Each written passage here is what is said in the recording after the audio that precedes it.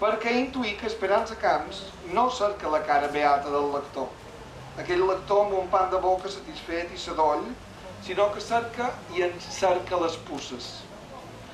Ens interroga, conversa amb nosaltres amb l'afany d'exposar-nos a la intempèrie i just allà deixar-nos a la vista el traus, les cicatrius, les nafres de la pell, de la realitat.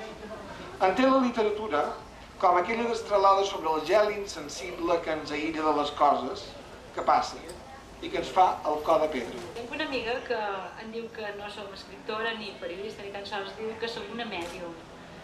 I em diu això perquè quan em demanen per què escric o com m'ha sortit la idea d'una novel·la o d'un personatge, jo li sol contestar que els personatges em venen, se'm posen davant i no em deixen de molestar fins que no els escric.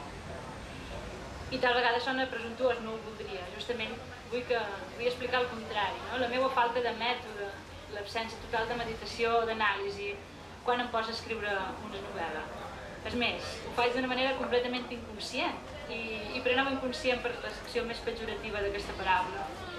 Unes vegades em passa que em venen els personatges i unes altres que el que em ve és la frase del principi d'una història, d'una novel·la.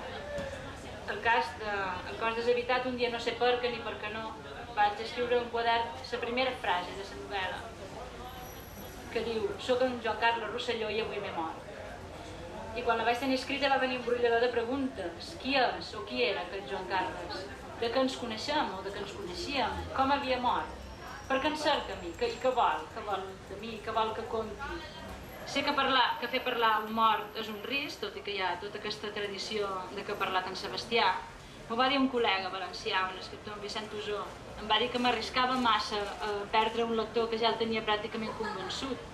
Ell em deia que si ja tenia un possible lector en la novel·la en ses mans, per què posar en risc la seva confiança vers mi, creant un personatge que li parlava des de la mort?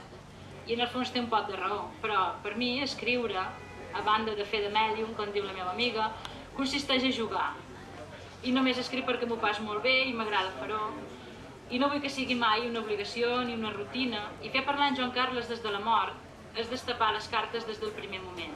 És proposar un joc al lector, és demanar-li que em faci confiança durant unes 200 pàgines, que m'acompanyi en aquesta aventura.